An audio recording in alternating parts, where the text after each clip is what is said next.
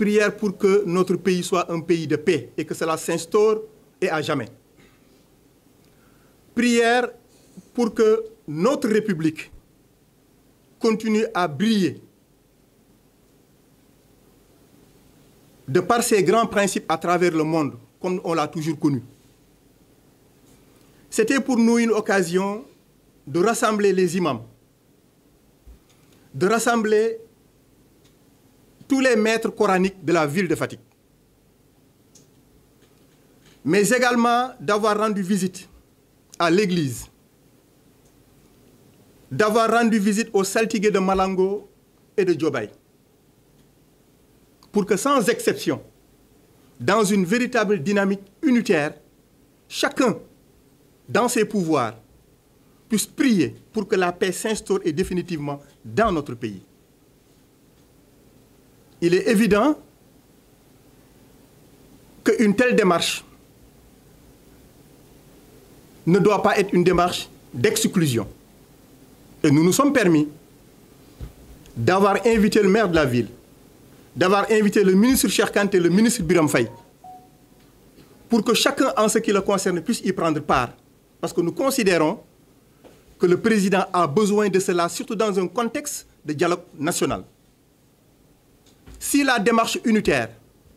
est le message qui se lance depuis Fatick, tout le monde peut y croire. En tout cas, nous y croyons.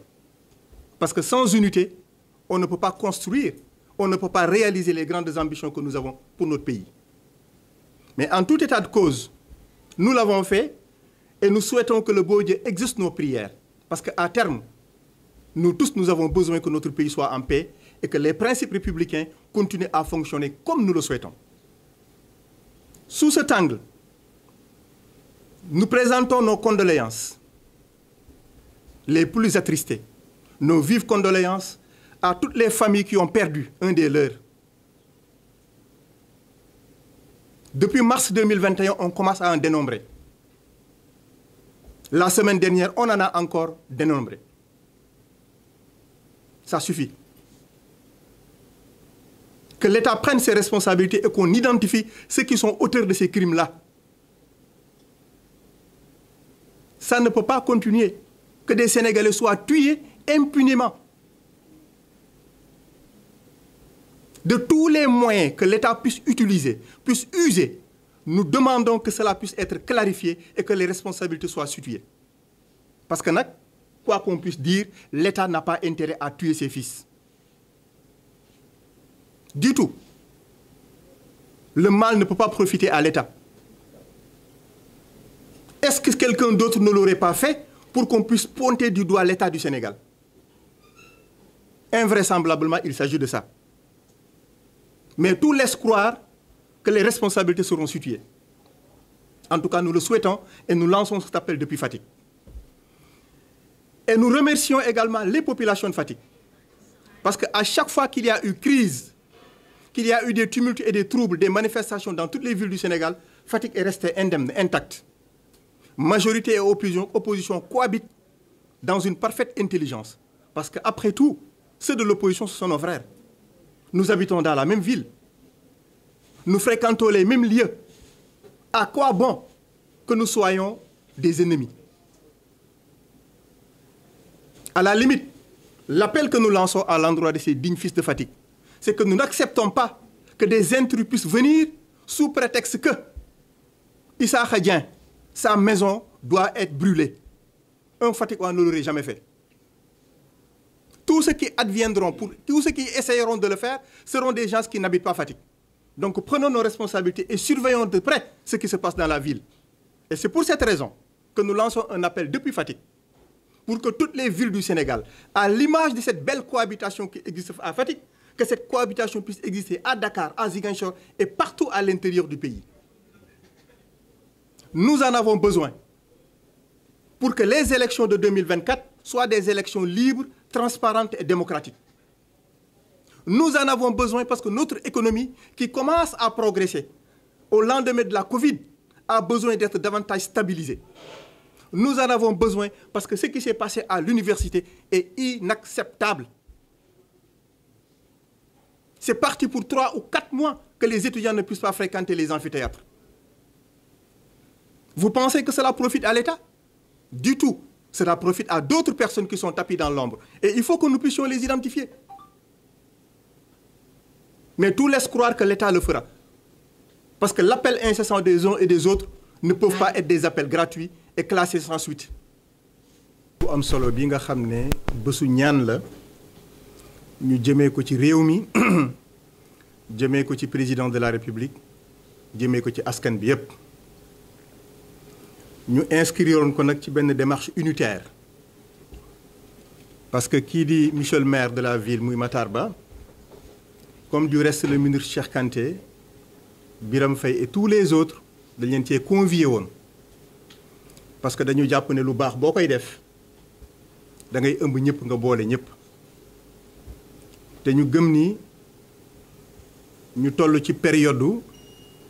dialogue national que le président initié ko jëmee ko ci askan bi yëpp ñu jàpp ne à Fatick lañ ko war a tàmbali parce que l'aboutissement de ce dialogue là moo di ko doomu réew mi doon benn pour ñu liggéey réew mi nit ñi ànd ak dal réew mi am jàmm ku nekk la ngay dox nga mën koo dox ci jàmm kon loolu moo wundoon bésu tey bii ñu boole ci imaamu dëkk bi yépp sans exception ñu boole ci sëriñu daara yépp sans exception mais yemuñ ci loolu parce que loolu wàllu diine la boole nañ ci également waa église parce que seeti nañu leen pour waxtaan ak ñoom pour ku ci nekk ca la nga ne nga yokk sab ñaan yokk sab taxawaay parce que réew mi daf ko soxla Fatick daf ko soxla mais également boole nañ ci lépp loo xamante ne dafa laal mbirum tradition muy waa Malango muy waa Baye danañ fa taxaw tuuti nag ngir jaale leen ndaxte dëj am na ci seen biir te bu fa amee daf ñuy laal ba loolu moo tax li nga xamante ne tey dëgmal nañu ko muy bésu prière ñoom lañ ca war a am lañ ca war a def seeti nañ leen pour ñu def ko wax ko seen wàll mais ci kaw loolu ñun ñëpp dañuy ñaan nguuru Sénégal nombre de décès yi nga xam ne depuis mars 2021 identifié nañu leen gis nañu leen te ñu gisaat leen ci yi nga xamante ne mooy événement yu mujj yi nañu fexe ngir yàlla ba ñu xam exactement ñan ñoo def loolu te yoon dal seen kaw parce que loolu dafa bokk ci liy jëmmal république mais dafa bokk également sur le règne de l'impunité parce que loolu mënut a continuer ñu ngi jaale seen i mbokk di jaale askan wi di ko jaale président de la république parce que nag lu tiis la 20 et quelques personnes ci ay ambition politique lu mënta nekk la ci réew mi di Sénégal du sunu ndam sunu gàcce la kon nag lépp loo xam ne état war na ko taxawee pour loolu leer dañuy ñaan le président de la république ak képp koo xamante ne ministère de l'intérieur ministère de la justice ministère des forces armées pour ne citer que cela nañu fexe ba mu am lu leer ci mbir moomu. kon lii ma wax ni en introduction moo nekkoon li nga xam ne moo ñu fi dajale tey parce que dañu jàpp ni réew mi dafa war a am jàmm jàmm nag boo koy woote da nga ciy jiitu ñun moom la ñu def fii ci Fatick woote wu ñu jàmm rek yem ci dañ ko jëfe parce que boo dajalee ay imam nga dajale ñi nga xamante ne yàlla may la leen xam-xam ci wàllu tradition muy Malango muy saltige yi muy joobaay muy saltige yi nga ne na ku ci nekk ci ñoom ñaan ca la nga mën ak la la sunu borom dénk pour réew mi am jàmm je crois que depuis Fatick on a montré le bon exemple pour que réew mi nekk ci jàmm nekk ci dal kon nag xam leen ne bésu tey bii liñ ci jublu woon moo di que dans une dynamique parfaitement unitaire sans aucun calcul sans aucun a priori politique muy le maire muy Cheikh Kanté muy Birame Faye muy tout le monde lañ ci associé woon parce que dëkk bi loolu la laaj loolu la Sénégal soxla loolu mooy li nga xamante ne mooy taxawaayu président ci jamono ji ñu toll nii li ma ciy yokk moo di que dañuy jaajëfal waa Fatick bu baax ndaxte violence bi mu amee dans certaines villes gis nañu ne dëkk bi dafa ànd ak dal ànd ak teey violence amu fi dégguñu fi benn këru responsable bu ñu taal. Il y a une parfaite cohabitation entre opposition ak majorité. Ce sont nos frères amuñu pour di leen violenter ñoom it amuñu pour di violenter ñi nga xamante ne ñoom ñoo yor nguur gi tey. kon dal bi nga xam moo nekk Fatick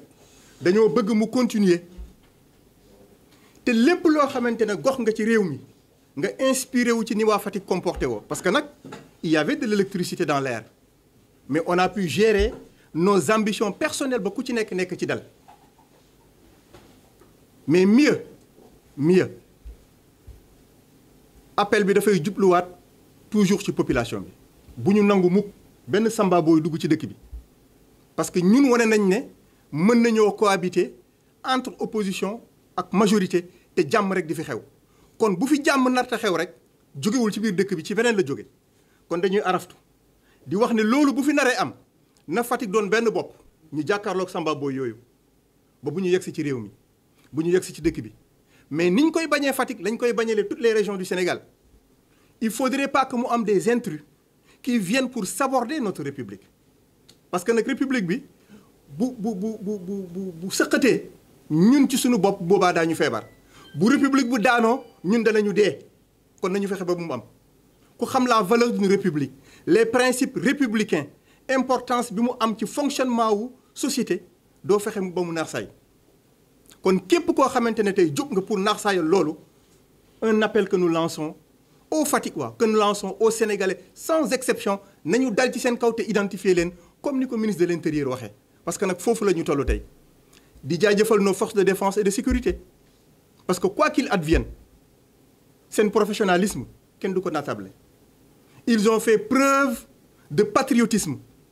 parce que bu ñu demee ba nga gis des forces de sécurité et de défense jàkkaarloog une foule di reculer di dem dans leur dernier retranchement c'est parce que ils évitent le danger parce que dañoo bañ a dal ci kaw sénégalais yi seeni rakk lañu seeni jarbaat lañu seeni frères ñoo fa nekk mënuñoo tirer ci ñoom kon ku jàpp ni ce sont les forces de défense et de sécurité qui tirent yaa ngi nax sa bopp ñun de jàpp nañu ne loolu amul